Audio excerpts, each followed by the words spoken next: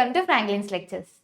So ഇന്ന് നമ്മൾ നമ്മുടെ പുതിയ സെം സ്റ്റാർട്ട് ചെയ്യാൻ പോവാണ് അല്ലെ. നമ്മുടെ S3 mathematics for computer and information science 3 നമ്മൾ സ്റ്റാർട്ട് ചെയ്യാൻ പോവാണ്. ഓക്കെ, സോ ആ ഒരു കോഴ്സിനെ പറ്റിയുള്ള ഒരു ഇൻട്രൊഡക്ഷൻ ആണ് നമ്മൾ ഇന്ന് കാണാൻ പോകുന്നത്. Okay, introduction to mathematics for computer and information science 3.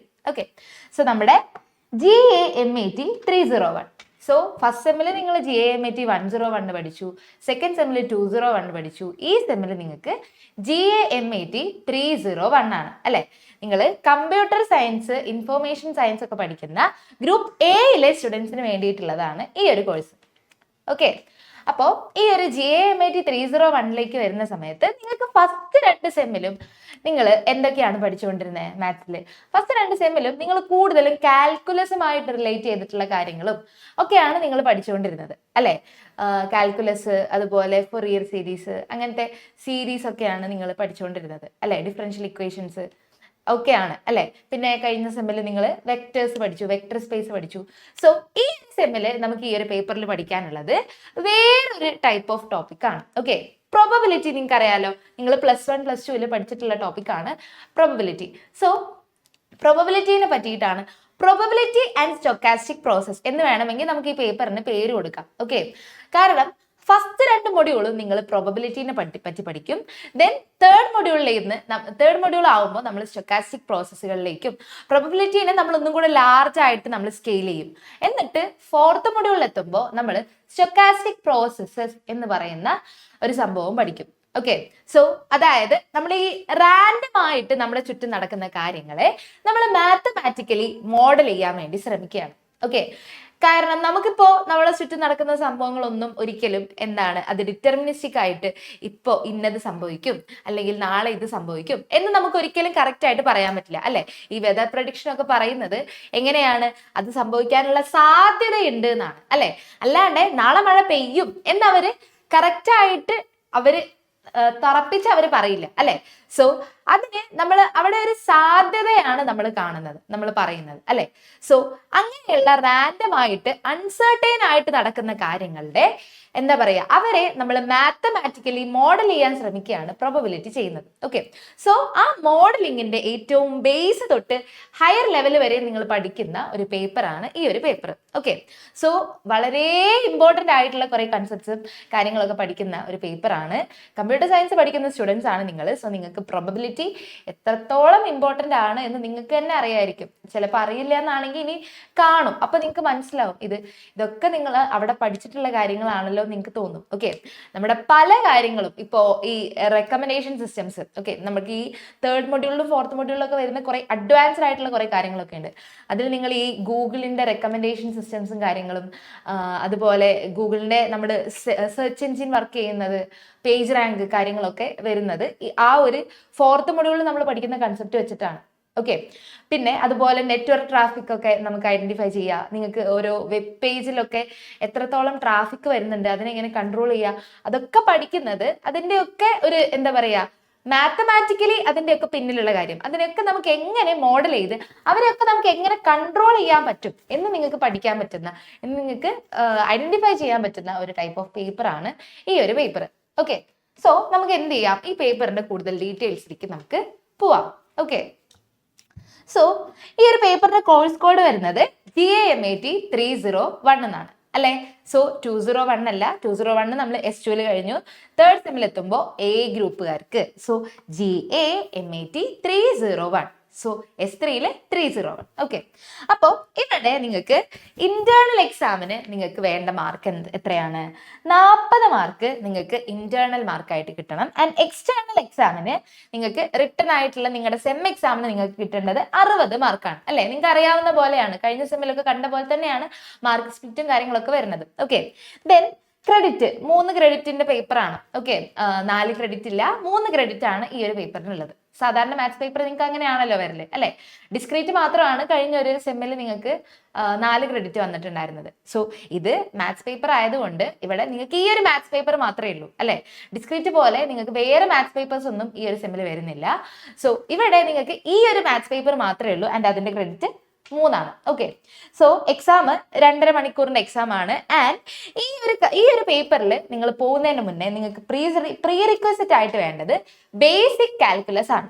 Okay, കാരണം പ്രോബബിലിറ്റി നിങ്ങൾ വിചാരിക്കും ഇപ്പോൾ അപ്പൊ എന്തിനാ ഇപ്പൊ ഈ പ്രോബബിലിറ്റിയിൽ കാൽക്കുലസ് പഠിക്കണേന്ന്. പക്ഷേ നമുക്കിവിടെ എന്താണ് ഡിസ്ക്രീറ്റ് റാൻഡം വേരിയബിൾസും കണ്ടിന്യൂസ് റാൻഡം വേരിയബിൾസിനെയൊക്കെ പറ്റിയാണ് നമ്മൾ പഠിക്കുന്നത് അല്ലേ. സോ ഈ കണ്ടിന്യൂസ് റാൻഡം വേരിയബിൾസിനെ പറ്റി പഠിക്കുമ്പോൾ നിങ്ങൾക്ക് ഇന്റഗ്രേഷനും ഡിഫറൻഷിയേഷനും അറിഞ്ഞിരിക്കേണ്ടത് വളരെ അത്യാവശ്യമാണ്. ഓക്കെ, എന്നാലേ നമുക്ക് അവിടുത്തെ പ്രോബ്ലംസ് ചെയ്യാൻ പറ്റുള്ളൂ. സോ നിങ്ങൾ ഓൾറെഡി പഠിച്ചിട്ടുള്ളതാണ്, കഴിഞ്ഞ സെമ്മിലും അതിന്റെ മുന്നത്തെ സെമ്മിലും നിങ്ങൾ കാൽക്കുലസ് പഠിച്ചിട്ടുണ്ട്. സോ അത് നിങ്ങൾക്ക് അത്ര ടാസ്ക് ആയിട്ടുള്ള കാര്യം ആയിരിക്കില്ല അല്ലെ. അപ്പോൾ ബേസിക് കാൽക്കുലസ് ഇതിന് അത്യാവശ്യമായിട്ട് വേണം. ഓക്കെ, സോ ആർക്കെങ്കിലും കാൽക്കുലസ് അറിയില്ല എന്നുണ്ടെങ്കിൽ കുഴപ്പമില്ല, നമുക്ക് പഠിക്കാം. ഓക്കെ, സോ അടുത്തത് ഇതൊരു തിയറി പേപ്പർ ആണ് അല്ലെ, ലാബ് അല്ല, തിയറി പ്രാക്ടിക്കൽസ് ഇല്ലാത്ത തിയറി പേപ്പർ ആണ്. ഓക്കെ, സോ ഇതാണ് നമ്മുടെ കോഴ്സിനെ പറ്റിയുള്ള കാര്യങ്ങൾ. ഓക്കെ, GAMAT 301 ആണ്, 2.5 മണിക്കൂർ എക്സാം ആണ്. സോ നിങ്ങൾക്ക് കാൽക്കുലസിൽ ഒരു നോളജ് ഉണ്ടെങ്കിൽ ഇവിടെ നിങ്ങൾക്ക് അത് വളരെ ഹെൽപ്ഫുൾ ആയിരിക്കും. ഓക്കെ, സോ നമുക്കിനി ഇന്റേണൽ എക്സാമിന്റെ മാർക്കിന്റെ സ്പ്ലിറ്റ് എങ്ങനെയാണ് വരുന്നതെന്ന് നോക്കാം. ഓക്കെ, അപ്പോൾ അറ്റൻഡൻസിന് ഇന്റേണലില് നിങ്ങൾക്ക് 5 മാർക്ക്, നിങ്ങൾക്ക് അറിയുന്ന കാര്യങ്ങളാണ് അല്ലെ. അറ്റൻഡൻസിന് 5 മാർക്കാണുള്ളത്. ദെൻ പ്രൊജക്റ്റിന് 15 മാർക്ക്. ദെൻ 2 ഇന്റേണൽ എക്സാം ഉണ്ടാവും അല്ലെ. ഫസ്റ്റ് ഇന്റേണൽ എക്സാമിൽ 10 മാർക്ക് വേണം, സെക്കൻഡ് ഇന്റേണൽ എക്സാമിൽ 10 മാർക്ക് സ്കോർ ചെയ്യണം. ഓക്കെ, ശരിക്കും അത് 10 മാർക്കിന്റെ എക്സാം ആയിരിക്കില്ല, മിക്കവാറും കോളേജിലൊക്കെ 20 മാർക്ക് 25 മാർക്കിന്റെ എക്സാം ആയിരിക്കും. അതിനെ അവർ 10 മാർക്കിലേക്ക് കൊണ്ടുവരികയാണ് ചെയ്യുക. ഓക്കെ, ആ മാർക്കിന്റെ ഇത് റേഷ്യോ വെച്ചിട്ട് പെർസെൻറ്റേജ് വെച്ചിട്ട് 10 മാർക്കിലേക്ക് അതിനെ സ്കെയിൽ ചെയ്ത് മിനിമൈസ് ചെയ്ത് കൊണ്ടുവരികയാണ് ചെയ്യുക. Okay, so first internal second internal എന്നൊക്കെ പറഞ്ഞിട്ട് 2 ഇന്റേണൽ എക്സാംസ് ഉണ്ടാവും അല്ലെ, നിങ്ങൾക്ക് അറിയുന്നതാണ്. അങ്ങനെയാണ് നമ്മുടെ ടോട്ടൽ 40 മാർക്ക് ഈ ഒരു ഇന്റേണലിൽ കിട്ടുന്നത്. ഓക്കെ, സോ ഇന്റേണൽ മാർക്ക് എത്രത്തോളം ഇമ്പോർട്ടന്റ് ആണ് എന്ന് നിങ്ങൾക്ക് അറിയുന്നതാണ് അല്ലെ. സെം എക്സാമിന്റെ മാർക്കിനെയും നമ്മുടെ ജയിക്കുന്നതും ഫെയിൽ ആവുന്നതിനെയും ഒക്കെ നല്ലോണം എഫക്ട് ചെയ്യും ഇന്റേണൽ മാർക്ക്. സോ ഇന്റേണലിന് ആരും മാർക്ക് കളയാണ്ടിരിക്കുക. ഓക്കെ, പ്രൊജക്റ്റ് ഒക്കെ എന്തായാലും നിങ്ങൾക്ക് കിട്ടുമായിരിക്കും. അറ്റൻഡൻസും ഇമ്പോർട്ടന്റ് ആണ്. ഓക്കെ, അറ്റൻഡൻസിന് 5 മാർക്ക് ഉണ്ട്. ദെൻ എക്സാം, ഫസ്റ്റ് ഇന്റേണൽ എക്സാമും സെക്കൻഡ് ഇന്റേണൽ എക്സാമും അതൊക്കെ നമ്മുടെ ക്ലാസ് കണ്ട് നിങ്ങൾ നന്നായിട്ട് തന്നെ പഠിക്കാം. ഓക്കെ, നന്നായിട്ട് പഠിച്ചു കഴിഞ്ഞാൽ നിങ്ങൾക്ക് എന്ത് ചെയ്യാൻ പറ്റും, ഫസ്റ്റ് ഇന്റേണലിലും സെക്കൻഡ് ഇന്റേണലിലും നിങ്ങൾക്ക് ഫുൾ മാർക്ക് തന്നെ നിങ്ങൾക്ക് വാങ്ങിക്കാൻ പറ്റും. ഓക്കെ, സോ ഫസ്റ്റ് ഇന്റേണലും സെക്കൻഡ് ഇന്റേണലും ഇമ്പോർട്ടന്റ് ആണ്. സെം എക്സാമിന് പഠിക്കാന്ന് വെച്ചിട്ട് ആരും എന്ത് ചെയ്യരുത്, മാറ്റി വെക്കരുത്. നമ്മൾ ഇവിടെ ക്ലാസ് എടുക്കുന്നതിന്റെ കൂടെ തന്നെ അന്നാന്ന് എടുക്കുന്നത് നമ്മൾ അന്നാന്ന് നിങ്ങൾ പഠിച്ചിട്ട് പോവാം. ഓക്കെ, പ്രോബ്ലംസും കാര്യങ്ങളൊക്കെ നിങ്ങൾ സ്വന്തമായിട്ട് ഞാൻ പറയുന്നതിന്റെ കൂടെ തന്നെ നിങ്ങൾ ചെയ്തു പോവുകയാണെങ്കിൽ നിങ്ങൾക്ക് വളരെ സിമ്പിൾ ആയിട്ട് നിങ്ങൾക്ക് ചെയ്യാൻ പറ്റുന്ന ഒരു പേപ്പറാണ്. ഓക്കെ, ഫസ്റ്റ് 2 മൊഡ്യൂളും ഒക്കെ ഇതിൻ്റെ എന്ന് പറഞ്ഞാൽ ഏകദേശം ഒരേപോലെയാണ്. നിങ്ങൾക്ക് കോൺസെപ്റ്റ് ക്ലിയർ ആണെങ്കിൽ നിങ്ങൾക്ക് പാസ്സാവാൻ പറ്റുന്ന ഒരു പേപ്പർ തന്നെയാണ് ഈ S3 പേപ്പർ. ഓക്കെ, ശരിക്കും പറഞ്ഞാൽ നിങ്ങളുടെ first S1 S20 പേപ്പറിനേക്കാളും I think ഒന്നും കൂടെ എളുപ്പമാണ് S3 പേപ്പർ എന്ന്. ഓക്കെ, സോ അങ്ങനെയാണ് ഇന്റേണൽ മാർക്കിന്റെ കിടപ്പ്. ഇനി സെം എക്സാം നോക്കാം. ഓക്കെ, സെം എക്സാമിന്റെ പാറ്റേൺ നിങ്ങളെ S1 S2 നിങ്ങൾ എഴുതിയ പാറ്റേൺ തന്നെയാണ്. ഫസ്റ്റ് 2 പാർട്ടായിട്ടാണ് സെം എക്സാമിന്റെ സ്പ്ലിറ്റ് ഉള്ളത് അല്ലെ. സോ ഫസ്റ്റ് പാർട്ട് എയില് നിങ്ങൾക്ക് എങ്ങനെയാണ് ഉണ്ടാവുക, പാർട്ട് എയില് നമുക്ക് ടോട്ടൽ എത്ര മൊഡ്യൂളാണ് നിങ്ങൾക്ക് ഉള്ളത്, 4 മൊഡ്യൂളാണ് നിങ്ങൾക്ക് ഉള്ളത് അല്ലെ. സോ ഈ 4 മൊഡ്യൂളിൽ നിന്നുമായിട്ട് 2 ക്വസ്റ്റ്യൻസ് വീതം പാർട്ട് എയിൽ ഉണ്ടാവും അല്ലെ. 2 ക്വസ്റ്റ്യൻസിനും ഓരോന്നിനും 3 മാർക്കും അല്ലെ. അങ്ങനെയാണ് നമ്മുടെ പാർട്ട് എയിൽ നിങ്ങൾക്ക് ക്വസ്റ്റ്യൻസ് ഉണ്ടാവുക. ഓക്കെ, 4 മൊഡ്യൂൾ ഉണ്ട്. ഈ 4 മൊഡ്യൂളിൽ നിന്നും ഓരോ മൊഡ്യൂളിൽ നിന്നും 2 ക്വസ്റ്റ്യൻസ് വീതം നിങ്ങൾ മാൻഡേറ്ററി ആയിട്ട് ആൻസർ ചെയ്യേണ്ട ക്വസ്റ്റ്യൻസ് ഉണ്ടാവും. Okay, so 2 questions from each module and total of 8 questions ഉണ്ടാവും. അപ്പോൾ അല്ലെ, 4 മൊഡ്യൂൾ ഉണ്ട്, 2 questions from each module. So total 8 questions ആണ് പാർട്ട് എയിൽ നിങ്ങൾക്ക് ഉണ്ടാവുക അല്ലെ. Then each carrying 3 marks. ഓരോ ക്വസ്റ്റ്യൻ എത്ര മാർക്കാ, 3 മാർക്ക് അല്ലെ. സോ നിങ്ങൾക്ക് ടോട്ടൽ എയില് എത്ര മാർക്ക് കിട്ടും, 8 × 3 = 24 മാർക്സ് ആണ് നിങ്ങൾക്ക് എ പാർട്ടിൽ നിന്ന് ടോട്ടൽ അഗ്രിഗേറ്റ് ആയിട്ട് കിട്ടാൻ ചാൻസ് ഉള്ളത്. ഓക്കെ, സോ അത് എന്തായാലും നമുക്ക് മാർക്ക് വാങ്ങിക്കാം. ഓക്കെ, ആ മാർക്ക് നമുക്ക് എന്തായാലും ഷുവർ ആയിട്ട് വാങ്ങിക്കണം അല്ലെ. കാരണം അത് നിങ്ങൾക്ക് കിട്ടിക്കഴിഞ്ഞാൽ നിങ്ങൾ സേഫ് ആണ്. ഓക്കെ, പാർട്ട് എ ആണ് എപ്പോഴും എല്ലാവർക്കും ഒരു എന്താ പറയാ കിട്ടാൻ ചാൻസ് ഇല്ലാണ്ട് അതുപോലെ കൺഫ്യൂഷൻ വരുന്നതൊക്കെ പാർട്ടാണ് പാർട്ട് എ. സോ ആ പാർട്ട് എയിലെ മാർക്ക് നിങ്ങൾ മാക്സിമം വാങ്ങിക്കാൻ വേണ്ടി ശ്രമിക്കാം. ഓക്കെ, ദെൻ പാർട്ട് ബിയിലേക്ക് വരുന്ന സമയത്ത് എങ്ങനെയാ നിങ്ങൾക്ക് അറിയുന്നതാണ് പാർട്ട് ബിയിലെ മാർക്കിന്റെ സ്പ്ലിറ്റ് എങ്ങനെയാന്ന് അല്ലെ. നമുക്ക് 4 മൊഡ്യൂൾ ഉണ്ട്. ഈ 4 മൊഡ്യൂളിൽ നിന്നും ഓർ ക്വസ്റ്റ്യൻസ് ഉണ്ടാവും അല്ലെ. ഓരോ മൊഡ്യൂളിൽ നിന്നും 2 ഓർ വീതം. ഓക്കെ, പാർട്ട് എ ഇന്ന് ഇങ്ങനെയാണ് ഉണ്ടാവുക. ഫസ്റ്റ് മൊഡ്യൂൾ 1 ഉണ്ടാവും, ദെൻ അതിൽ നിന്ന് ഒരു ക്വസ്റ്റ്യൻ ഉണ്ടാവും ഓർ വേറൊരു ക്വസ്റ്റ്യൻ, ദെൻ അടുത്ത മൊഡ്യൂൾ ഉണ്ടാവും, അതിൽ നിന്ന് ഒരു ഓർ ക്വസ്റ്റ്യൻ വേറൊരു ഓർ ക്വസ്റ്റ്യൻ. സോ ഈ ഓർ ക്വസ്റ്റ്യൻസിൽ ഏതെങ്കിലും ഒരു ക്വസ്റ്റ്യൻ നിങ്ങൾ അറ്റൻഡ് ചെയ്താൽ മതി അല്ലെ. നിങ്ങൾക്ക് ഏറ്റവും എളുപ്പമായിട്ട്, നിങ്ങൾക്ക് ഏറ്റവും സിമ്പിൾ ആയിട്ട് ചെയ്യാൻ പറ്റും, ഏറ്റവും മാർക്ക് സ്കോർ ചെയ്യാൻ പറ്റും എന്ന് തോന്നുന്ന ഒരു ഓർ നിങ്ങളെടുത്ത് എഴുതുക. ഓക്കെ, അങ്ങനെയാണ് പാർട്ട് ബി ഉണ്ടാവുക. Okay, so 2 questions will be given from each module, out of which 1 question should be answered. അപ്പോൾ ആ 2 ക്വസ്റ്റ്യനിൽ നിന്നും നിങ്ങൾ എല്ലാം ആൻസർ ചെയ്യേണ്ട ആവശ്യമില്ല, ആകെ ഒന്ന് മാത്രം എടുത്തിട്ട് ആൻസർ ചെയ്താൽ മതി. ഓക്കെ, ആൻഡ് ടോട്ടൽ എത്ര മാർക്കാണ് പാർട്ട് ബിയിൽ ഓരോ പാർട്ടിനുള്ളത്? ഓർ ക്വസ്റ്റ്യനിലെ ഓരോ ഓറിന് എത്ര മാർക്കാ? 9 മാർക്ക് അല്ലെ. അപ്പൊ അങ്ങനെ ഒരു ഓർ 9 മാർക്കിന്റെ അല്ലെങ്കിൽ വേറൊരു 9 മാർക്കിന്റെ ഓർ ഉണ്ടാവും. സോ ഇതിൽ നിങ്ങൾക്ക് ഏറ്റവും എളുപ്പമുള്ളത് ഏതാന്ന് വെച്ചിട്ട് എഴുതിയാൽ മതി. ഓക്കെ, ആൻഡ് അത് നമുക്ക് ഡയറക്ട്ലി ഒരൊറ്റ ക്വസ്റ്റ്യൻ ആയിട്ടായിരിക്കില്ല. നമുക്ക് ഇങ്ങനെ A part, B part, C part ഒരു ക്വസ്റ്റ്യൻ തന്നിട്ട് ABC പോലെയൊക്കെ തന്നിട്ട് ചോദിക്കുകയാണ് ചെയ്യാം. ഓക്കെ, ചിലപ്പോൾ ആ എ പാർട്ടിന് 5 മാർക്കും ബി പാർട്ടിന് 4 മാർക്കും ഒക്കെ ആയിട്ട് മാർക്ക് സ്പ്ലിറ്റ് ചെയ്തിട്ട് അങ്ങനെയൊക്കെ ഉണ്ടാവും. Okay, so each question can have a maximum of 3 subdivisions. So ഓരോ ക്വസ്റ്റ്യനും മാക്സിമം 3 subdivisions വരെ വരാൻ allowed ആണ്. Okay, so each question carries 9 marks. So total ഓരോ ക്വസ്റ്റ്യനും 9 മാർക്ക് ഉണ്ട്. അപ്പൊ ആ ഓറിൽ ഏതെങ്കിലും ഒരു 9 മാർക്കിന്റെ ക്വസ്റ്റ്യൻ നിങ്ങൾക്ക് എഴുതാം. ഓക്കെ, നിങ്ങൾക്ക് ഏറ്റവും എളുപ്പം ഏതാണെന്ന് തോന്നുന്ന ഒരു 9 മാർക്കിന്റെ ക്വസ്റ്റ്യൻ നിങ്ങൾക്ക് അറ്റൻഡ് ചെയ്യാൻ പറ്റും. ഓക്കെ, അപ്പം അങ്ങനെ ഭയങ്കര സിമ്പിൾ ആണ് നമ്മുടെ ഈ ഒരു എക്സാം പാറ്റേൺ അല്ലെ. നിങ്ങൾക്ക് ഏറ്റവും കൺവീനിയന്റ് ആയിട്ട് തോന്നുന്ന ക്വസ്റ്റ്യൻസ് അറ്റൻഡ് ചെയ്ത് മാർക്ക് വാങ്ങിക്കാൻ പറ്റുന്ന ഒരു പാർട്ടാണ് പാർട്ട് ബി അല്ലെ. സോ പാർട്ട് ബിയിൽ നിങ്ങൾക്ക് ടോട്ടൽ 36 മാർക്സ് ആണ് മാക്സിമം നിങ്ങൾക്ക് കിട്ടാൻ ചാൻസ് ഉള്ളത്. ഓക്കെ, സോ അങ്ങനെ പാർട്ട് എയിൽ 24 പാർട്ട് ബിയിൽ 36 ആയിട്ട് നിങ്ങൾക്ക് ടോട്ടൽ ഈ ഒരു പേപ്പറിൽ 60 മാർക്കാണ് കിട്ടുക. ഓക്കെ, സോ നമുക്ക് മാക്സിമം 60 മാർക്ക് തന്നെ നമ്മൾ എന്ത് ചെയ്യണം? വാങ്ങാൻ വേണ്ടി ശ്രമിക്കണം. ഓക്കെ, എൻ്റെ കൂടെ തന്നെ നിങ്ങൾ എന്ത് ചെയ്യണം? പഠിച്ചിട്ട് പോവാ. സോ നമുക്ക് മാക്സിമം മാർക്ക് തന്നെ സ്കോർ ചെയ്യാം. ഓക്കെ, കാരണം ഈ ഒരു പേപ്പർ എന്ന് പറയുന്നത് പല രീതിയിലും ക്വസ്റ്റ്യൻസ് വരും. ഓക്കെ, അപ്പം അതിനൊക്കെ നിങ്ങൾക്ക് എഴുതാൻ പറ്റണമെന്നുണ്ടെങ്കിൽ നിങ്ങൾക്ക് കണ്ടിന്യൂസ് ആയിട്ടുള്ള പ്രാക്ടീസ് വേണം. ഓക്കെ, എങ്കിൽ മാത്രമേ ഈ ഒരു പേപ്പർ നിങ്ങൾക്ക് എന്ത് ചെയ്യാൻ പറ്റുള്ളൂ? ടാക്കിൾ ചെയ്യാൻ പറ്റുള്ളൂ. ഓക്കെ, കാരണം കുറേ അധികം സിലബസുകളിൽ വരുന്ന ഒരു സിലബസ് ആണ് ഈ ഒരു പേപ്പറിന്റെ സിലബസ് എന്ന് പറയുന്നത്. ഓക്കെ, കുറേ അധികം പേപ്പറുകളിൽ മുന്നേയും ഇത് കഴിഞ്ഞിട്ടും ഒക്കെ ഈ ഇലക്ട്രിക്കൽ ഫിസിക്കലുകാർ നിങ്ങളെ അടുത്ത സെമ്മിലാണ് ഈ ഒരു സബ്ജക്ട് പഠിക്കാൻ പോകുന്നത്. ഓക്കെ, അപ്പൊ അങ്ങനെ കുറേ അധികം ടൈപ്പ് ഓഫ് ക്വസ്റ്റ്യൻസും കുറേ അധികം പ്രീവിയസ് ഇയർ ക്വസ്റ്റ്യൻസും ഒക്കെ വരുന്ന ഒരു പേപ്പറാണ് ഇത്. ഓക്കെ, സോ എങ്ങനെ വേണമെങ്കിലും നിങ്ങളോട് ക്വസ്റ്റ്യൻ ചോദിക്കാം. സോ കൺസെപ്റ്റ് ക്ലാരിഫൈ ചെയ്യുക എന്നുള്ളത് ഇവിടെ വളരെ ഇമ്പോർട്ടൻ്റ് ആണ്. ഓക്കെ, സോ നമുക്ക് നമ്മുടെ ക്ലാസ് കണ്ടു കഴിഞ്ഞാൽ നിങ്ങൾക്ക് കറക്റ്റ് നമ്മൾ കൺസെപ്റ്റ് വൈസ് നമ്മൾ എന്താണ് പറയുന്നത് എന്ന് നിങ്ങൾക്ക് ക്ലിയർ ആയിട്ട് പറഞ്ഞ് മനസ്സിലാക്കി തരും. ഓക്കെ, സോ അതിൻ്റെ കൂടെ തന്നെ നിങ്ങൾ മനസ്സിലാക്കി തന്നെ പോവുക. എന്തെങ്കിലും ഡൗട്ട് എവിടെയെങ്കിലും വരികയാണെങ്കിലും നിങ്ങൾ ചോദിക്കാം. ഓക്കെ, ഈ പേപ്പർ അത്രയും ക്രൂഷ്യൽ ആയിട്ടുള്ള പേപ്പറാണ്. ഈ പേപ്പറിൽ മാർക്ക് കളയാണ്ടിരിക്കുക. ഓക്കെ, കാരണം ഇതാണ് കുറച്ചും കൂടെ ടഫ് ആയിട്ടുള്ളത്. ഇതാ ഇനി അടുത്ത സെമ്മിൽ നിങ്ങൾക്ക് പഠിക്കാനുള്ള പേപ്പർ ഗ്രാഫ് തിയറിയാണ്. ഓക്കെ, ആ പേപ്പർ വളരെ എളുപ്പമാണ്. സോ ഇത് നിങ്ങൾ എന്താണ് സപ്ലി ഇല്ലാണ്ട് മാക്സിമം പാസ്സാവാൻ വേണ്ടിയിട്ട് നോക്കുക. ഓക്കെ, അപ്പം നിങ്ങൾ പഠിക്കുന്ന സമയത്ത് നിങ്ങൾക്ക് സാധാരണ നിങ്ങൾ യൂസ് ചെയ്യുന്നത് KTUവിന്റെ ഗൈഡ് പോലത്തെ കാര്യങ്ങളൊക്കെ ആയിരിക്കും. പക്ഷേ നമ്മുടെ സിലബസിൽ പറയുന്ന ടെക്സ്റ്റ് ബുക്കുകൾ ഏതൊക്കെയാണെന്ന് നമുക്ക് നോക്കാം. ഓക്കെ, സിലബസ് ഫ്രെയിം ചെയ്തിട്ടുള്ളത് ഏതൊക്കെ ടെക്സ്റ്റ് ബുക്കുകളെ ബേസ് ചെയ്തുകൊണ്ടാണ്?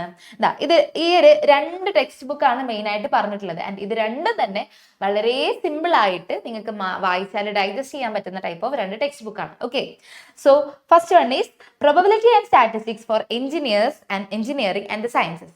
ഓക്കെ, സോ ഡിവോർ ജെയലിലെ ഈ ഒരു ടെക്സ്റ്റ് ബുക്ക് ഇത് ഭയങ്കര സിമ്പിൾ ആയിട്ടുള്ള, എന്നാലും കുറച്ച് കോംപ്ലിക്കേറ്റഡ് ആണ്, എന്നാലും നമുക്ക് നല്ല ക്വസ്റ്റ്യൻസ് ഒക്കെ വരുന്ന ഒരു ടെക്സ്റ്റ് ബുക്കാണ് ഇത്. ഓക്കെ, സോ ഇതിന്റെ 9th edition 2016 9th edition Cengage learning publish ചെയ്തിട്ടുള്ള ഈ ഒരു ടെക്സ്റ്റ് ബുക്കാണ് നമ്മുടെ മെയിൻ ആയിട്ടുള്ള റെഫറൻസ് ടെക്സ്റ്റ് ബുക്ക്. ഓക്കെ, ഇതിൽ ഐ തിങ്ക് നമ്മുടെ മൊഡ്യൂൾ 3 ഉണ്ട് കുറച്ച്, ദെൻ 4th മൊഡ്യൂൾ ഈ ഒരു ടെക്സ്റ്റ് ബുക്കിൽ വരുന്നില്ല. ഓക്കെ, ദെൻ അടുത്തതാണ് ഇൻട്രൊഡക്ഷൻ ടു പ്രോബബിലിറ്റി മോഡൽസ് എന്ന് പറയുന്ന ഷെൽഡൻ M. റോസിന്റെ ടെക്സ്റ്റ് ബുക്ക്. ഓക്കെ, സോ ഇത് ഭയങ്കര എളുപ്പമാണ്. ഇത് നിങ്ങൾക്ക് ഒന്നും കൂടെ ഇതിനേക്കാളും കുറച്ചും കൂടെ ആദ്യത്തെ ടെക്സ്റ്റ് ബുക്കിനേക്കാളും കുറച്ചും കൂടെ നമുക്ക് വായിച്ചാൽ നിങ്ങൾക്ക് യൂസർ ഫ്രണ്ട്ലി ആയിട്ടുള്ള ഒരു ടെക്സ്റ്റ് ബുക്കാണ് ഈ ഒരു text book. Okay, introduction to probability models. പക്ഷേ നമ്മുടെ സിലബസ് മെയിൻ ആയിട്ട് ഫ്രെയിം ചെയ്തിട്ടുള്ളത് ഈ ആദ്യത്തെ ടെക്സ്റ്റ് ബുക്ക് ബേസ് ചെയ്തുകൊണ്ടാണെന്ന് മാത്രം. ഓക്കെ, അപ്പോൾ ഇത് ഷെൽഡൻ എം റോസിന്റെ ടെക്സ്റ്റ് ബുക്കാണ്. ആൻഡ് അതിന്റെ 13th എഡിഷൻ 2024 13th എഡിഷൻ ആണ് നിങ്ങൾ നോക്കേണ്ടത്. ഓക്കെ, അത് അക്കാദമിക് പ്രസ് പബ്ലിഷ് ചെയ്തിട്ടുള്ളതാണ്. ഓക്കെ, സോ ഇത് രണ്ടുമാണ് നമ്മുടെ ടെക്സ്റ്റ് ബുക്കുകൾ. ഓക്കെ, പ്രോബബിലിറ്റിനെ പറ്റി നിങ്ങൾ പഠിക്കുന്ന സമയത്ത് നിങ്ങളുടെ ടെക്സ്റ്റ് ബുക്കുകളായിട്ട് വരുന്നതാണ് ഇത് രണ്ടും. ഓക്കെ, നമ്മൾ സാധാരണ പ്രോബബിലിറ്റിനെ പറ്റി പഠിക്കുമ്പോൾ യൂസ് ചെയ്യുന്നത് ഈ രണ്ട് ടെക്സ്റ്റ് ബുക്കുകളും തന്നെയാണ്. ഓക്കെ, സോ അത് ടെക്സ്റ്റ് ബുക്കാണ്. ഇനി എന്തെങ്കിലും നിങ്ങൾക്ക് എക്സ്ട്രാ കാര്യങ്ങൾ അറിയണം, ദെൻ ആ ടെക്സ്റ്റ് ബുക്കിൽ നിന്ന് നോക്കിയിട്ട് എന്തെങ്കിലും ക്ലിയർ ആവുന്നില്ല, അങ്ങനെയൊക്കെ ആണെങ്കിൽ നിങ്ങൾക്ക് നോക്കാൻ ഇവിടെ 4 റെഫറൻസ് ബുക്കുകൾ കൊടുത്തിട്ടുണ്ട്. ഓക്കെ, 4 റെഫറൻസ് ബുക്സ് ആണ് ഇവിടെ ഉള്ളത്. മെയിനായിട്ട് നിങ്ങൾക്ക് അവിടെ നിന്ന് തന്നെ കിട്ടും. പക്ഷെ എന്തെങ്കിലും ഒരു ടോപ്പിക് അതിലില്ല, അല്ലെങ്കിൽ അതിൽ പറഞ്ഞത് നിങ്ങൾക്ക് ഏതെങ്കിലും മനസ്സിലായിട്ടില്ല എന്നാണെങ്കിൽ നിങ്ങൾ എന്ത് ചെയ്യാം, ഈ റെഫറൻസ് ബുക്കിലേക്ക് വരാം. ഓക്കെ, സോ ഈ റെഫറൻസ് ബുക്സ് ഏതൊക്കെയാണ്? Probability and random processes for electrical and computer engineers. ഇത് നമ്മുടെ ജോൺ എ ഗുബ്നറിന്റെ കാംബ്രിഡ്ജ് യൂണിവേഴ്സിറ്റി പ്രസ് പബ്ലിഷ് ചെയ്തിട്ടുള്ള 2012 എഡിഷൻ ബുക്കാണ്. ഓക്കെ, സോ ഇത് നല്ലൊരു ബുക്കാണ്. Then probability models for computer science, അത് നമ്മുടെ ഷെൽഡൻ എം റോസ്. ഓക്കെ, ഇവിടെ നമ്മൾ പറഞ്ഞ ഈ ഒരു ഷെൽഡൻ എം റോസ് ഇല്ലേ, അദ്ദേഹം തന്നെ എഴുതിയിട്ടുള്ള ഒരു ബുക്കാണ് probability models for computer sciences. ആ ഒരു ബുക്കും നിങ്ങളുടെ റെഫറൻസ് ബുക്കായിട്ട് നിങ്ങൾക്ക് യൂസ് ചെയ്യാം.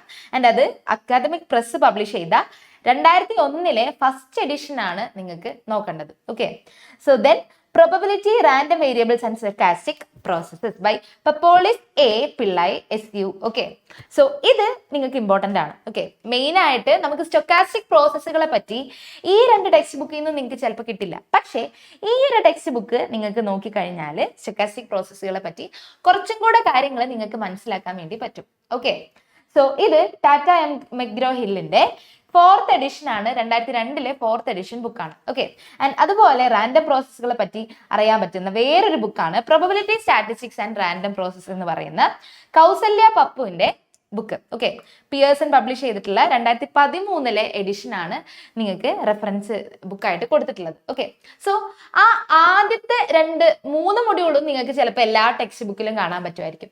പക്ഷേ ലാസ്റ്റ് മൊഡ്യൂളൊക്കെ വരുന്നത് ഐ തിങ്ക് ഈ 2 ടെക്സ്റ്റ് ബുക്കുകളിൽ മാത്രമേ ഉണ്ടാവുള്ളൂ. ഓക്കെ, കാരണം ആ ലാസ്റ്റ് മൊഡ്യൂള് കുറച്ച് എന്താ പറയാ, കുറച്ച് ഇപ്പോൾ റെലവെന്റ് ആയിട്ടുള്ള ഒരു മൊഡ്യൂളാണ്. ആൻഡ് അത് വേറെ എന്താ പറയാ, വേറെ ആരും പഠിച്ചിട്ടില്ല. ഈ S3 3rd സെം വരെ വേറെ ആരും പഠിക്കാത്ത ടൈപ്പ്, അതിൽ ചില കാര്യങ്ങളൊന്നും വേറെ നിങ്ങളുടെ മുന്നേ ഉള്ള വേറെ സീനിയേഴ്സ് ഒന്നും പഠിക്കാത്ത ടൈപ്പ് ഓഫ് കാര്യങ്ങളാണ് നമ്മുടെ 4ാമത്തെ മൊഡ്യൂളിലുള്ളത്. ഓക്കെ, സോ 4ാമത്തെ മൊഡ്യൂളൊക്കെ നിങ്ങൾ നന്നായിട്ട് ശ്രദ്ധിച്ചിട്ട് വേണം പഠിക്കാൻ. പക്ഷേ അത് സംഭവം നല്ല ഇൻട്രസ്റ്റിംഗ് ആയിട്ടുള്ള ടോപ്പിക്സാണ്.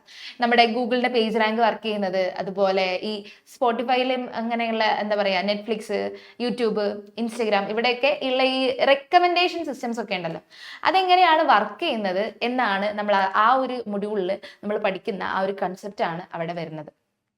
ഓക്കെ, അപ്പോൾ നന്നായിട്ട് നോക്കുക. ഓക്കെ, നമ്മൾ പഠിക്കുന്ന സമയത്ത് തന്നെ നിങ്ങൾ എന്താണ് അത് ഏതൊരു ഏരിയയിലാണ് എന്ന് വരുന്നത് എന്നും കൂടെ നോക്കി പഠിച്ചു കഴിഞ്ഞാൽ നിങ്ങൾക്ക് കുറച്ചും കൂടെ പഠിക്കുന്ന കാര്യങ്ങളിലേക്ക് കുറച്ചും കൂടെ ഇൻട്രസ്റ്റ് വരും. Okay, so first module. Okay, നമുക്ക് നമ്മുടെ ഓരോ മൊഡ്യൂളിന്റെയും സിലബസ് ജസ്റ്റ് ഒന്ന് നോക്കാം. അപ്പോൾ ഫസ്റ്റ് മൊഡ്യൂളിൽ നമ്മൾ വരുന്നത് എന്താണ്? നമ്മൾ ഫസ്റ്റ് മൊഡ്യൂളിൽ പഠിക്കുന്നത് ഡിസ്ക്രീറ്റ് റാൻഡം വേരിയബിൾസിനെ പറ്റിയിട്ടാണ്. ഓക്കെ, ആദ്യം നമ്മൾ എന്താണ് പ്രോബബിലിറ്റി എന്നുള്ള ആ ഒരു ടോപ്പിക്കിലേക്ക് നമ്മൾ ലാൻഡ് ചെയ്തിട്ട് നമ്മൾ ഡിസ്ക്രീറ്റ് റാൻഡം വേരിയബിൾസിനെയും അവരുടെ പ്രോബബിലിറ്റി ഡിസ്ട്രിബ്യൂഷൻസിനെയും പറ്റി പഠിക്കും. ഓക്കെ, സോ പ്രോബബിലിറ്റി എന്ന് പറയുന്നത് നമ്മുടെ ചുറ്റും നടക്കുന്ന കാര്യങ്ങൾ, അൺസർട്ടൈൻ ആയിട്ടുള്ള ഡെയിലി ലൈഫിലെ കാര്യങ്ങളെ എങ്ങനെ നമുക്ക് ടെയിൻ ചെയ്യാം എന്നാണ് നമ്മുടെ പ്രോബബിലിറ്റി നമുക്ക് പറഞ്ഞു തരുന്നത്, അല്ലെ? സോ ആദ്യം നമ്മൾ പ്രോബബിലിറ്റി എന്താണെന്നും റാൻഡം വേരിയബിൾസ് എന്താണെന്നും ഒക്കെ നമ്മൾ ആദ്യം പഠിക്കും. എന്നിട്ട് discrete random variables. Okay, discrete random variables എന്ന് പറയുമ്പോൾ അവിടെ നമുക്ക് എങ്ങനെയാണ് വരുന്നത്? അവിടെ നമുക്ക് കൗണ്ടബിൾ ആയിട്ടാണ് നമ്മുടെ ഔട്ട്പുട്ട്സ് ഉണ്ടാവുക. ഓക്കെ, കൗണ്ടബിൾ ആയിട്ട് നടക്കുന്ന കാര്യങ്ങൾ, അല്ലെങ്കിൽ ഇപ്പൊ നമ്പർ ഓഫ് ഇവന്റ്സ് ഒക്കറിങ്, അല്ലെങ്കിൽ ഇപ്പോൾ അങ്ങനത്തെ എന്തെങ്കിലുമൊക്കെ സംഭവങ്ങളൊക്കെ വരുന്ന സമയത്താണ് നമ്മൾ ഡിസ്ക്രീറ്റ് റാൻഡം വേരിയബിൾസിന്റെ നമ്മൾ ഹെൽപ്പ് ചോദിക്കുക. ഓക്കെ, ഇപ്പോൾ നിങ്ങളുടെ കേസിൽ നോക്കുകയാണെങ്കിൽ ഇപ്പോൾ നമ്മുടെ ഈ വെബ് പേജിലൊക്കെ എത്രത്തോളം ട്രാഫിക് വരുന്നുണ്ട്, അതുപോലെ ലോഗിൻ ചെയ്യാൻ എത്ര ലോഗിൻസ് വരുന്നുണ്ട്, അങ്ങനത്തെ കാര്യങ്ങളൊക്കെ നമുക്ക് ഡിസ്ക്രീറ്റ് റാൻഡം വേരിയബിൾസിനെ പറ്റി പഠിക്കുന്ന സമയത്ത് നിങ്ങൾക്ക് ഐഡന്റിഫൈ ചെയ്യാൻ പറ്റും. ഓക്കെ, അവിടെ നിങ്ങൾ പഠിക്കുന്ന discrete random variables and their probability distributions, cumulative distribution function, expectation mean and variance. Okay, so ഈ എക്സ്പെക്ടേഷൻ മീനും വേരിയൻസും ഒക്കെ നമ്മുടെ മീന് അല്ലെ, മീൻ എന്ന് പറഞ്ഞാൽ എന്താണ്? അത് നമ്മുടെ ഒരു റെപ്രസെന്റേറ്റീവ് ക്വാണ്ടിറ്റി ആണ് അല്ലെ. സോ ഒരു ഡാറ്റ നിങ്ങൾക്ക് കയ്യിലുണ്ടാവും, ആ ഡാറ്റയുടെ മീൻ എന്നൊക്കെ പറയുമ്പോൾ ആ വേരിയബിൾസ് എത്രത്തോളം നമ്മൾ എക്സ്പെക്ട് ചെയ്യുന്ന കാര്യവുമായിട്ട് ആ ഡാറ്റ എത്രത്തോളം അലൈൻഡ് ആണ് എന്ന് നമുക്ക് ഐഡന്റിഫൈ ചെയ്യാൻ വേണ്ടിയിട്ടാണ് ഈ മീനും വേരിയൻസും ഒക്കെ ഉള്ളത്. ഓക്കെ, ദെൻ അടുത്തത് നമ്മളിവിടെ ഈ ഡിസ്ട്രിബ്യൂഷൻസ് പഠിക്കും. ഓക്കെ, പ്രോബബിലിറ്റി ഡിസ്ട്രിബ്യൂഷൻസിനെ പറ്റി പഠിക്കും. ഈ പ്രോബബിലിറ്റിയുടെ ഒരു പ്രത്യേകതയാണ് അത് ചില ടൈപ്പ് ഓഫ് ഇവന്റ്സ്, ഇപ്പോൾ നമ്മൾ എന്താ പറയുക, success failure type of events ഉണ്ടാവും. ലൈക്ക് ഇപ്പോൾ നമ്മൾ കോയിൻ ടോസ് ചെയ്യുന്ന എക്സ്പെരിമെന്റ് ഒക്കെ നിങ്ങൾക്ക് അറിയാമല്ലോ, അതിൽ നമുക്ക് 2 ഔട്ട്പുട്ട്സ് ആണ് വരിക, ഹെഡ് ടെയിൽ. അപ്പോൾ അതിൽ ഒരു കാര്യത്തിന് നമ്മൾ സക്സസ് ആയിട്ടും വേറൊരെണ്ണത്തിന് ഫെയിലിയർ ആയിട്ടൊക്കെയാണ് എടുക്കുക അല്ലേ. സോ അങ്ങനെ സക്സസ് ഫെയിലിയർ വരുന്ന ടൈപ്പ് ഓഫ് ഔട്ട്പുട്ട്സിനെ നമ്മൾ ഒരു ടൈപ്പ് ഓഫ് ഡിസ്ട്രിബ്യൂഷൻ ആയിട്ടും, ദെൻ നമ്പർ ഓഫ് ഇവന്റ്സ് വരുന്ന സമയത്ത് അതിനെ നമ്മൾ പോസോൺ ഡിസ്ട്രിബ്യൂഷൻ ആയിട്ട് നമ്മൾ മാപ്പ് ചെയ്യും. ഓക്കെ, ഇപ്പോൾ number of events happening in an interval, അങ്ങനത്തെ കാര്യങ്ങളെയൊക്കെ നമ്മൾ പോസോൺ ഡിസ്ട്രിബ്യൂഷനുമായിട്ട് നമ്മൾ മാപ്പ് ചെയ്യും. Okay, then Poisson distribution as A limit of binomial. അപ്പോൾ ഈ ബൈനോമിയലിന്റെ പോസോണിലേക്കുള്ള അപ്രോക്സിമേഷൻ ആണ് നമ്മൾ പിന്നെ പഠിക്കുക. ഓക്കെ, സോ ഈ ബൈനോമിയലും പോസോണും ഒക്കെ വളരെ ഇമ്പോർട്ടൻ്റ് ആയിട്ടുള്ള 2 ഡിസ്ട്രിബ്യൂഷൻസ് ആണ്. പോസോണൊക്കെ പിന്നെയും നമുക്ക് കുറേ അധികം നമുക്ക് ഹെൽപ്ഫുൾ ആവുന്ന ഡിസ്ട്രിബ്യൂഷൻ ആണ്. നിങ്ങൾ ഇവിടുത്തെ ക്വസ്റ്റ്യൻസ് കണ്ടാൽ തന്നെ നിങ്ങൾക്ക് മനസ്സിലാവും അത് എങ്ങനെയാണ് അത് ഡെയിലി ലൈഫിൽ വരുന്നത് എന്നുള്ളത്. ഓക്കെ, നമുക്ക് ഈ ഡിസ്ക്രിപ്റ്റീവ് ആയിട്ടുള്ള ക്വസ്റ്റ്യൻസിലൊക്കെ നമുക്ക് അത് മനസ്സിലാക്കാൻ പറ്റും. Then join PMF of 2 discrete random variables. So അതിന്റെ ജോയിൻ PMF എന്ന് പറയുമ്പോൾ ഈ റാൻഡം ആയിട്ടുള്ള സൈമൾട്ടേനിയസ് ആയിട്ട് നടക്കുന്ന രണ്ട് ടൈപ്പ് ഓഫ് ഇവന്റ്സ്, ഇപ്പോൾ ഹൈറ്റ്, വെയിറ്റ്, ടെമ്പറേച്ചർ, ഹ്യൂമിഡിറ്റി, ഇങ്ങനെ ഒരുമിച്ച് നടക്കുന്ന ടൈപ്പ് ഓഫ് കാര്യങ്ങൾ മാപ്പ് ചെയ്യാനാണ് നമ്മൾ ജോയിൻ ഡിസ്ട്രിബ്യൂഷൻ യൂസ് ചെയ്യുന്നത്. ഓക്കെ, സോ അതിൽ നമ്മൾ ജോയിൻ ഡിസ്ട്രിബ്യൂഷൻസിനെ പറ്റി പഠിക്കും. ദെൻ അവിടുന്ന് മാർജിനൽ PMF എന്ന് പറയുമ്പോൾ ജോയിൻ്റെ നിന്ന് നമ്മൾ ഓരോരുത്തരെ ആയിട്ട് നമ്മൾ സെപ്പറേറ്റ് ചെയ്തെടുക്കും. ദെൻ ഇൻഡിപെൻഡന്റ് റാൻഡം വേരിയബിൾസ് എന്താണെന്നും expected value of a function of 2 discrete വേരിയബിൾസും ഒക്കെ നമ്മൾ ഫസ്റ്റ് മൊഡ്യൂളിൽ പഠിക്കും. ഓക്കെ, അപ്പോൾ ഈ ഫസ്റ്റ് മൊഡ്യൂളിൽ പഠിച്ച കാര്യങ്ങളുടെ തന്നെ സെക്കൻഡ് മൊഡ്യൂളിലേക്ക് എത്തുന്ന സമയത്ത് നമ്മൾ കണ്ടിന്യൂസ് റാൻഡം വേരിയബിൾസിലേക്കാണ് സെക്കൻഡ് മൊഡ്യൂളിൽ നമ്മൾ പോവുക. ഫസ്റ്റ് മൊഡ്യൂളിൽ പഠിച്ച അതേ കാര്യങ്ങൾ നമ്മൾ കണ്ടിന്യൂസ് റാൻഡം വേരിയബിൾസിന് സെക്കൻഡ് മൊഡ്യൂളിൽ പഠിക്കും. സോ ഫസ്റ്റ് മൊഡ്യൂളിൽ നമ്മൾ കാര്യങ്ങളെ കൗണ്ട് ചെയ്തപ്പോൾ സെക്കൻഡ് മൊഡ്യൂളിൽ എത്തുമ്പോൾ നമ്മൾ കണ്ടിന്യൂസ് റാൻഡം വേരിയബിൾ ആണ്, അതായത് ഇവിടെ നമ്മൾ കാര്യങ്ങളെ മെഷർ ചെയ്യാണ്. ഓക്കെ, നമുക്കിവിടെ കണ്ടിന്യൂസ് ആയിട്ടാണ് ഔട്ട്പുട്ട്സ് ഉണ്ടാവുക. നമുക്ക് ഇങ്ങനെ കൗണ്ട് ചെയ്ത് ഇന്ന സമയത്ത് ഇത്ര എണ്ണം ഇവന്റ്സ് നടന്നു എന്ന് നമുക്ക് പറയാൻ പറ്റില്ല. നമുക്ക് ഈ ടൈം ഇന്റർവെല്ലിന്റെ ഉള്ളിൽ ഇങ്ങനെയാണ് ആ ഇവന്റിന്റെ നേച്ചർ ഉണ്ടായിട്ടുള്ളത്, അങ്ങനെ നമുക്ക് മെഷർ ചെയ്യാനേ പറ്റുള്ളൂ. ഓക്കെ, ഈ ടൈം ഇന്റർവെല്ലിൽ ഇത്രയാണ് ഇവിടുത്തെ ടെമ്പറേച്ചർ, അതിന്റെ മാക്സിമം ടെമ്പറേച്ചർ ഇത്രയാണ്, മിനിമം ടെമ്പറേച്ചർ ഇത്രയാണ്, അങ്ങനെ മെഷർ ചെയ്യാൻ പറ്റുന്ന ടൈപ്പ് ഓഫ് ഔട്ട്പുട്ട്സ്, അതിനെയാണ് നമ്മൾ കണ്ടിന്യൂസ് റാൻഡം വേരിയബിൾസിൽ പഠിക്കുക. സോ അതിന്റെ എക്സ്പെക്ടേഷൻ, മീൻ ആൻഡ് വേരിയൻസ്, അവിടുത്തെ പ്രോബബിലിറ്റി ഡിസ്ട്രിബ്യൂഷൻസ് പഠിക്കും, ക്യുമുലേറ്റീവ് ഡിസ്ട്രിബ്യൂഷൻ പഠിക്കും, എക്സ്പെക്ടേഷൻ, മീൻ, വേരിയൻസ് ഒക്കെ പഠിക്കും. എന്നിട്ട് നമ്മൾ കണ്ടിന്യൂസ് ഡിസ്ട്രിബ്യൂഷൻസ് ആണ്, മെയിൻ ആയിട്ട് കണ്ടിന്യൂസ് റാൻഡം വേരിയബിൾസ് ആണ് നമ്മുടെ ചുറ്റും എപ്പോഴും ഉള്ളത്. ഓക്കെ, നമുക്കിങ്ങനെ ഡിസ്ക്രീറ്റ് ആയിട്ട് കൗണ്ട് ചെയ്യാൻ പറ്റുന്നതിനേക്കാളും നമ്മളിപ്പോൾ ഒരു കണ്ടിന്യൂസ് ആയിട്ടുള്ള വേൾഡിലാണ് ജീവിക്കുന്നത് അല്ലെ. നമ്മുടെ ടൈം ഒക്കെ എന്ന് പറയുന്നത് ഒരു കണ്ടിന്യൂസ് ക്വാണ്ടിറ്റി ആണ്. ഓക്കെ, സോ ആ കണ്ടിന്യൂസ് ക്വാണ്ടിറ്റീസ് വെച്ചിട്ട് നമ്മൾ മാപ്പ് ചെയ്യാൻ, അങ്ങനെയുള്ള ടൈപ്പ് ഓഫ് ഇവന്റ്സിനെ മാപ്പ് ചെയ്യാനും ഇവിടെയും നമ്മൾ എന്ത് പഠിക്കും? യൂണിഫോം ഡിസ്ട്രിബ്യൂഷൻ പഠിക്കും, നോർമൽ ഡിസ്ട്രിബ്യൂഷൻ. നോർമലൊക്കെ വളരെ ഇമ്പോർട്ടൻ്റ് ആണ്. നമ്മുടെ ചുറ്റും നടക്കുന്ന പല കാര്യങ്ങളും നമ്മൾ ഈ നോർമൽ ഡിസ്ട്രിബ്യൂഷൻ വെച്ചിട്ടാണ് മാപ്പ് ചെയ്യാറ്. ഓക്കെ, ദെൻ എക്സ്പോണൻഷ്യൽ ഡിസ്ട്രിബ്യൂഷൻ ഒക്കെ 2 ഇവന്റ്സ് നടക്കുന്നതിൻ്റെ ഇടയിലുള്ള ടൈം, ആ എന്താ പറയുക, ഇന്റർ അറൈവൽ ടൈം, നമുക്ക് 2 പോസോൺ ഇവന്റ്സ് നടക്കുന്നതിൻ്റെ ഇടയിലുള്ള ടൈമിനെയൊക്കെയാണ് നമ്മൾ എക്സ്പോണൻഷ്യൽ ഡിസ്ട്രിബ്യൂഷനിൽ നമ്മൾ പഠിക്കുക. ഓക്കെ, സോ അതിനെ മാപ്പ് ചെയ്യാനാണ് നമ്മൾ എക്സ്പോണൻഷ്യൽ എടുക്കുന്നത്. അങ്ങനെ പല ടൈപ്പ് ഓഫ് ഇവന്റ്സിനെ നമ്മൾ പല പ്രോബബിലിറ്റി ഡിസ്ട്രിബ്യൂഷൻസ് ആയിട്ട് മാപ്പ് ചെയ്യും. ഓക്കെ, സോ കണ്ടിന്യൂസിലെ ഈ 3 ഡിസ്ട്രിബ്യൂഷൻസും വളരെ ഇമ്പോർട്ടൻ്റ് ആണ്. ഓക്കെ, ദെൻ അത് കഴിഞ്ഞ് നമ്മൾ join PDF of continuous random variables. So നമ്മൾ അവിടെ ഡിസ്ക്രീറ്റ് റാൻഡം വേരിയബിൾസിന്റെ ജോയിൻ PMF പഠിച്ചപ്പോൾ ഇവിടെ കണ്ടിന്യൂസ് റാൻഡം വേരിയബിൾസിന്റെ ജോയിൻ PDF ആണ്. Then marginal PDF, independent random variables, അവിടുത്തെ അതേ സംഭവങ്ങൾ അല്ലേ. സോ എക്സ്പെക്ടേഷൻ വാല്യൂ, അങ്ങനത്തെ കാര്യങ്ങളൊക്കെയാണ് നമ്മൾ ലാസ്റ്റ് പഠിക്കുന്നത്. ദെൻ തേർഡ് മൊഡ്യൂളിലേക്ക് വരുന്ന സമയത്ത് അവിടെ നമ്മൾ ചെറിയ റാൻഡം ഇവന്റ്സ് ആയിരുന്നു.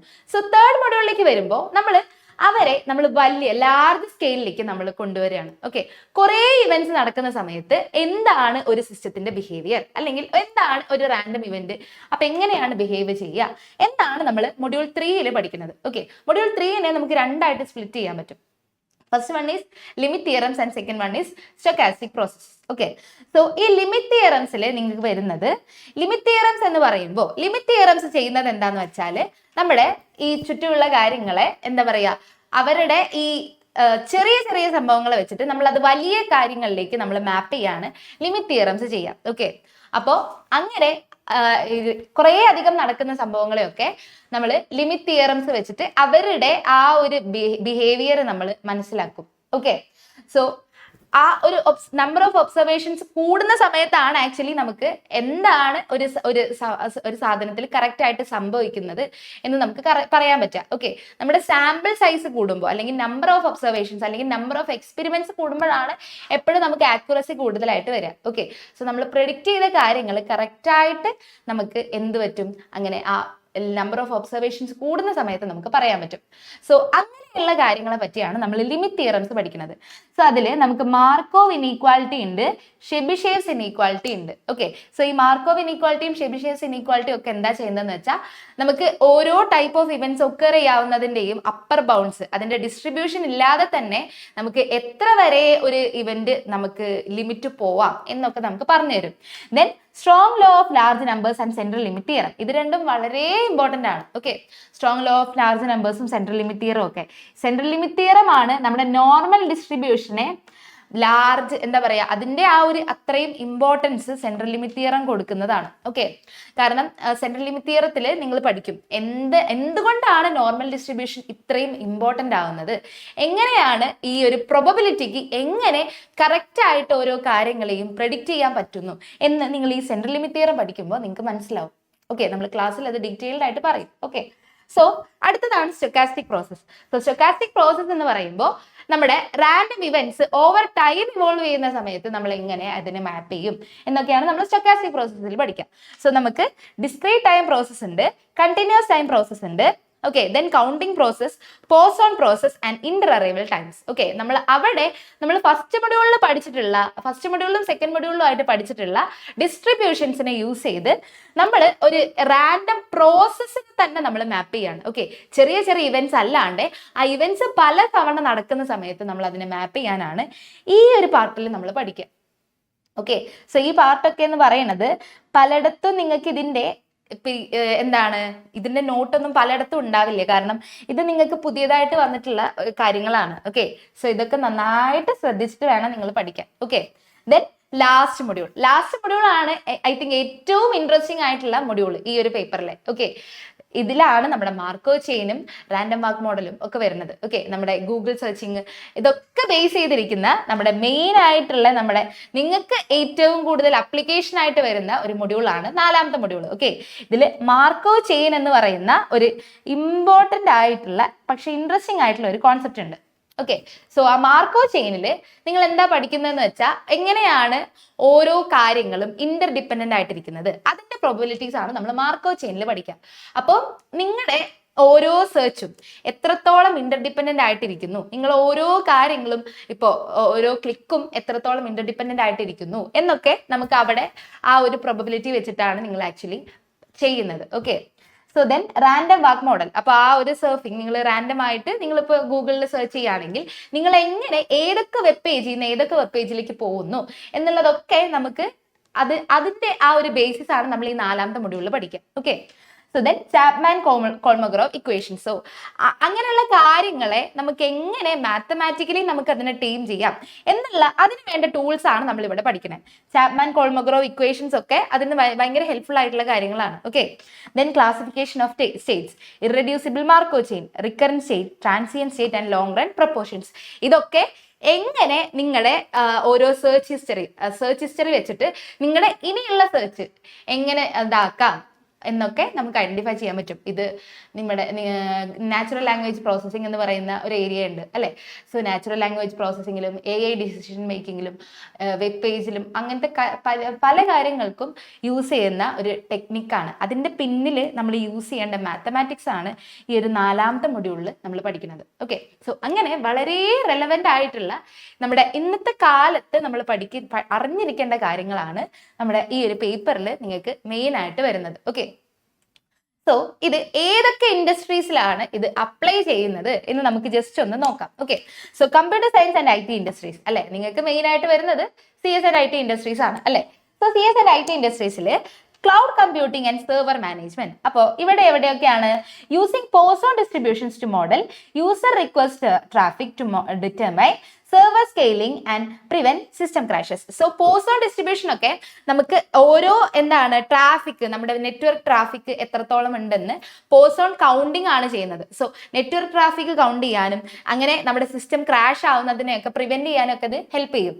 Then quality assurance and software testing. അതിലോ applying binomial distribution to calculate the probability of software failure rates and determine required number of test cases. അപ്പോൾ ബൈനോമിയൽ ആണ് നമ്മുടെ സക്സസ് ഫെയിലിയർ ടൈപ്പ് ഓഫ് മോഡലിങ്ങിനൊക്കെ ബൈനോമിയലാണ് use ചെയ്യുന്നത്. So quality അഷുറൻസിലും software ടെസ്റ്റിങ്ങിലും ഒക്കെ ബൈനോമിയൽ ഡിസ്ട്രിബ്യൂഷൻ ആണ് മെയിൻ ആയിട്ട് വരുന്നത്. ഓക്കെ, ദെൻ അടുത്തതാണ് cyber security and network traffic. So cyber സെക്യൂരിറ്റിയിലൊക്കെ നമുക്ക് using the exponential distribution two model the time between network intrusions and identify outlier events that signal a cyber attack. So നമ്മുടെ ഈ ഒരു ഓരോ സെർച്ചുകൾ തമ്മിലും ഉള്ള ടൈം അല്ലെങ്കിൽ അങ്ങനെ നെറ്റ്വർക്കിൽ ഇൻട്രൂഷൻസ് വരുന്നതിൻ്റെ ഇടയിലുള്ള ടൈമിനെയൊക്കെ മാപ്പ് ചെയ്യാൻ നമുക്ക് എക്സ്പോണൻഷ്യൽ ഡിസ്ട്രിബ്യൂഷൻ ഹെൽപ്പ് ചെയ്യും. അങ്ങനെ നിങ്ങൾക്ക് അതിൽ ഏതാണ് നമ്മുടെ കറക്റ്റ് ആ പാറ്റേണിന് ഔട്ട്സൈഡ് ആയിട്ട് വരുന്ന, ഔട്ട്ലെയർ ആയിട്ട് വരുന്ന, ആ ഒരു പാറ്റേൺ ഫോളോ ചെയ്യാത്ത ഇവന്റ് ഏതാണെന്ന് ഐഡന്റിഫൈ ചെയ്ത് കഴിഞ്ഞാൽ നിങ്ങൾക്ക് ആരാണ് അവിടെ അറ്റാക്കർ, ഇൻട്രൂഡർ എന്ന് ഐഡന്റിഫൈ ചെയ്യാൻ പറ്റും. Okay, then machine learning and data science. Machine ലേണിംഗിലും ഡാറ്റാ സയൻസിലൊക്കെ leveraging the normal distributions and central limit theorem to train machine learning models and handle data noise. So ഈ ഒരു നോർമൽ ഡിസ്ട്രിബ്യൂഷൻ നിങ്ങൾ machine ലേണിംഗിന്റെ paper ഏതെങ്കിലും പഠിക്കുന്നുണ്ടെന്നുണ്ടെങ്കിൽ അവിടെ നിങ്ങൾക്ക് നല്ലോണം കാണാൻ പറ്റും. നമ്മുടെ ഈ ഡാറ്റയെ സ്റ്റാൻഡർഡൈസ് ചെയ്യുക എന്നൊരു ടെക്നിക്ക് ഉണ്ട്. ആ ഡാറ്റയുടെ നോയ്സ് ഒക്കെ ഒഴിവാക്കി ഡാറ്റയെ നോയ്സ്ലെസ് ആയിട്ട് നമ്മുടെ ഡാറ്റ പ്രീ പ്രോസസ്സിംഗ് ഉണ്ടല്ലോ, അവിടെയൊക്കെ വരുന്ന ഒരു കാര്യമാണ് ഈ ഒരു നോർമൽ ഡിസ്ട്രിബ്യൂഷനും സെൻട്രൽ ലിമിറ്റ് തിയറും ഒക്കെ അവിടെ നമ്മൾ യൂസ് ചെയ്തിട്ട് നമ്മൾ ആ ഡാറ്റയെ സ്റ്റാൻഡർഡൈസ് ചെയ്ത് ഒരു സ്പെസിഫിക് റേഞ്ചിന്റെ ഉള്ളിലേക്ക് കൊണ്ടുവരും. ഓക്കെ, അപ്പം അവിടെയൊക്കെ വരുന്നതാണ് നമ്മുടെ നോർമൽ ഡിസ്ട്രിബ്യൂഷനും കാര്യങ്ങളും ഒക്കെ. സോ ഡാറ്റാ സയൻസിലും ML ഒക്കെ വളരെയധികം ഹെൽപ്ഫുൾ ആവുന്ന ഒരു ഡിസ്ട്രിബ്യൂഷൻ ആണ് നോർമൽ ഡിസ്ട്രിബ്യൂഷൻ. ദെൻ അടുത്തത് network engineering. It is applying stochastic process to analyse packet inter arrival times and reduce data latency. So പാക്കറ്റുകളുടെ ഇന്റർ അറൈവൽ ടൈംസ് ഒക്കെ നമ്മുടെ ആ പാക്കറ്റ്സ് നമ്മുടെ ആ ഒരു ലോസ് ഒഴിവാക്കാൻ വേണ്ടിയിട്ടൊക്കെ നമുക്ക് ഈ സ്റ്റൊക്കാസ്റ്റിക് പ്രോസസ്സിനെ അനലൈസ് ചെയ്യുന്നത് നമുക്ക് ഹെൽപ്പ് ചെയ്യും. Okay, then search engine optimisation. So SEOകൾ നിങ്ങൾ ഒരു കമ്പനിയിലൊക്കെ നിങ്ങൾ വർക്ക് ചെയ്യാൻ പോവുകയാണെങ്കിൽ അവിടെ ഈ SEOന്റെ ടാസ്ക് നിങ്ങൾ ചെയ്യും. Okay, so implementing markov chains to rank web pages based on the long run probability of a random surfer landing on a specific site. Okay, ഇതാണ് നമ്മുടെ 4ാമത്തെ മൊഡ്യൂളിന്റെ മെയിൻ കാര്യം. ഓക്കെ, നമ്മുടെ ഈ ഒരു സെർച്ച് എഞ്ചിൻ ഒപ്റ്റിമൈസേഷനിലൊക്കെ നിങ്ങൾ ചെയ്യുന്നത് എങ്ങനെയാണ്, മാർക്കോ ചെയിൻസ് വെച്ചിട്ട് ആ വെബ് പേജ് എങ്ങനെ ഒരാൾ ലാൻഡ് ചെയ്യുമ്പോൾ അതിൽ നിന്ന് എങ്ങനെ എങ്ങോട്ട് പോവും എന്ന് അവർ മാർക്കോ ചെയിൻസ് വെച്ചിട്ട് നിങ്ങൾ അനലൈസ് ചെയ്യും. അങ്ങനെയാണ് നിങ്ങൾ ആ വെബ് പേജിനെ നിങ്ങൾ മോഡൽ ചെയ്തുണ്ടാക്കുക. നിങ്ങൾ വെബ് പേജ് ഒക്കെ നിങ്ങൾ ഡിസൈൻ ചെയ്യല്ലോ.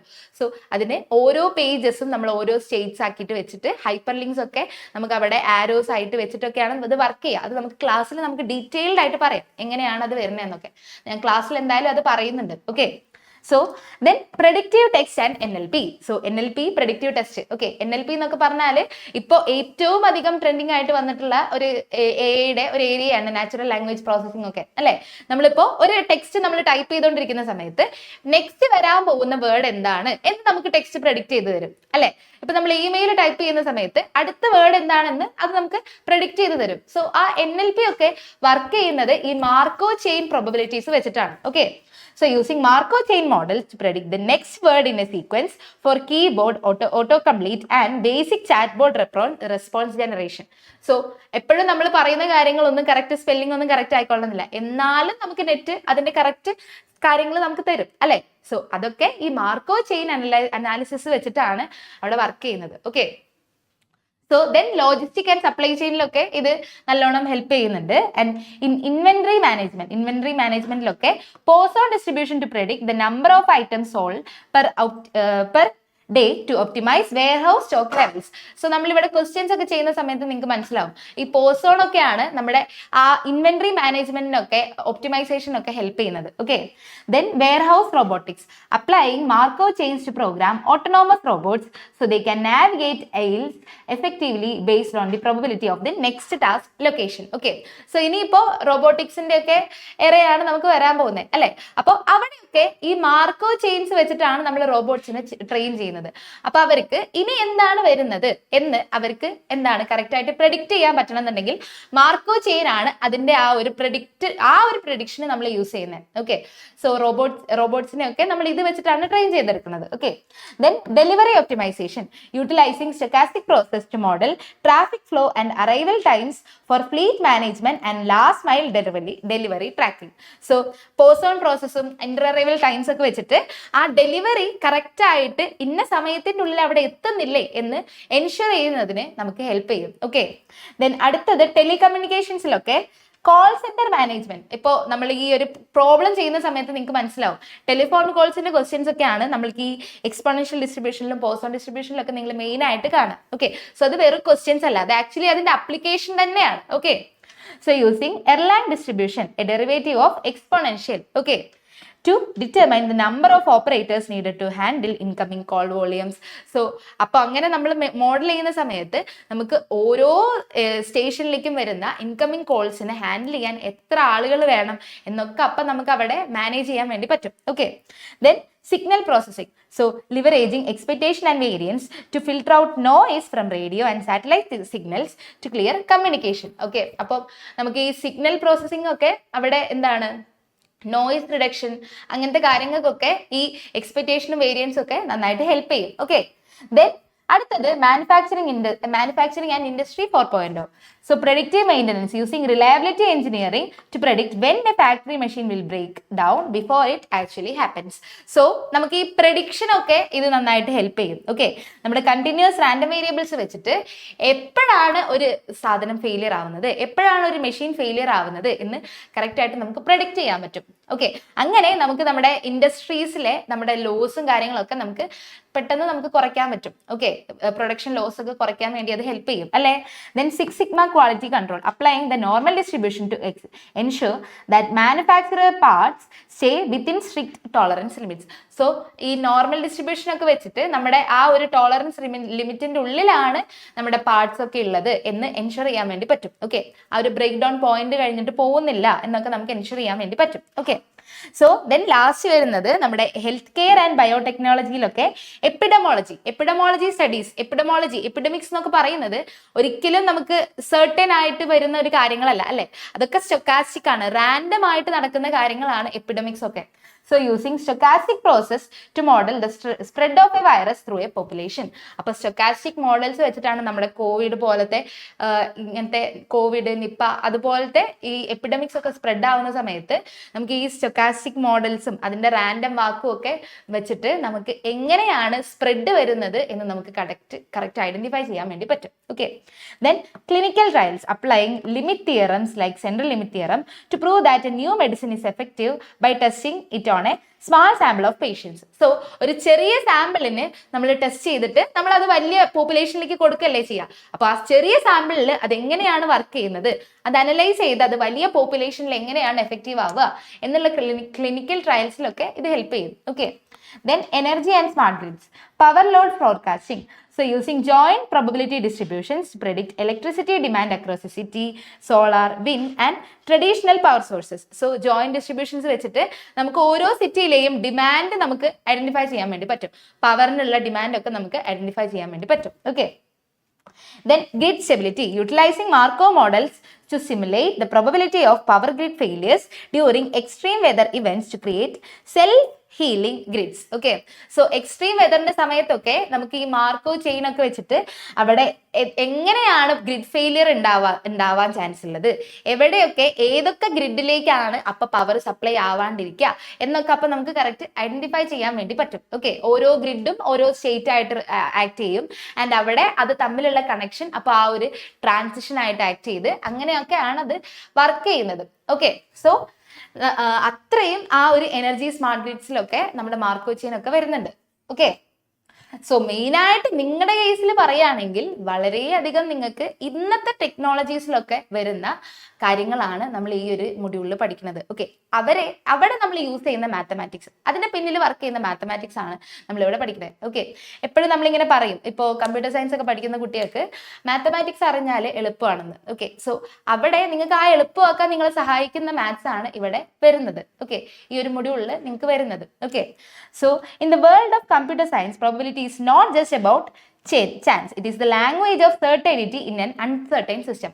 So നമ്മുടെ ആ ഒരു അൺസർട്ടൈൻ ആയിട്ടുള്ള കാര്യങ്ങളെ നമ്മൾ സർട്ടൈൻ ആക്കാനാണ് നമ്മൾ പ്രോബബിലിറ്റി വെച്ചിട്ട് നമ്മൾ നോക്കുക. ഓക്കെ, എപ്പോഴും എങ്ങനെയാണ് ആ റാൻഡം ആയിട്ടുള്ള കാര്യത്തിനെ എങ്ങനെ നമുക്ക് ചേസ് ചെയ്യാം അല്ലെ. ഇപ്പൊ ഒരു റിസർച്ച് ഒക്കെ ചെയ്യുന്ന സമയത്ത് എല്ലാം റാൻഡം ആയിട്ടുള്ള കാര്യങ്ങളാണ്. സോ അതിനെ നമുക്ക് എങ്ങനെ ചേസ് ചെയ്യാം എന്നാണ് നമ്മൾ നോക്കുക അല്ലെ. സോ അതിന് നമ്മളെ ഹെൽപ്പ് ചെയ്യുന്നതാണ് പ്രോബബിലിറ്റി അല്ലെ. So mastering these stochastic foundations is what transform a coder into an architect of future. Okay, so coding ചെയ്യുന്ന സമയത്ത് നിങ്ങൾക്ക് ഇതിൽ എത്രത്തോളം ഇനി ഒരു എറർ വരാൻ ചാൻസ് ഉണ്ട്, സോ അതിനെ നിങ്ങൾക്ക് എങ്ങനെ ഹാൻഡിൽ ചെയ്യാം എന്നൊക്കെ നിങ്ങളെ ഹെൽപ്പ് ചെയ്യാൻ, അവിടെയൊക്കെ നിങ്ങളെ ഹെൽപ്പ് ചെയ്യാൻ ഈ പ്രോബബിലിറ്റി നിങ്ങൾക്ക് പഠിക്കുന്നതിലൂടെ നിങ്ങൾക്ക് പറ്റും. ഓക്കെ, എന്തായാലും നിങ്ങൾക്ക് പ്രോബബിലിറ്റീനെ ഇപ്പോൾ അല്ലെങ്കിൽ വേറൊരു സമയത്ത്, ഈ ഒരു കാര്യങ്ങളെ ഇപ്പോൾ അല്ലെങ്കിൽ വേറൊരു സമയത്ത് നിങ്ങൾക്ക് കാണും. ഓക്കെ, സോ ഇവിടെ നിങ്ങൾ കറക്റ്റ് ആയിട്ട് പഠിച്ചു പോവുകയാണെങ്കിൽ നിങ്ങൾക്ക് നന്നായിട്ട് തന്നെ ആ ഒരു സമയത്ത് നിങ്ങളിപ്പം ഇൻ കേസ് നിങ്ങൾക്ക് ഇവിടെ നിങ്ങൾക്ക് പ്ലേസ്മെന്റ് ഒക്കെ കിട്ടി നിങ്ങൾ വലിയ ഓഫീസുകളിലേക്കൊക്കെ പോകുന്ന സമയത്ത് അവിടെ ഈ web page handling, SEO handling, NLP ഒക്കെ വരുന്ന സമയത്ത് നിങ്ങൾക്ക് അപ്പോൾ നന്നായിട്ട് ഷൈൻ ചെയ്യാൻ വേണ്ടി പറ്റും അല്ലേ.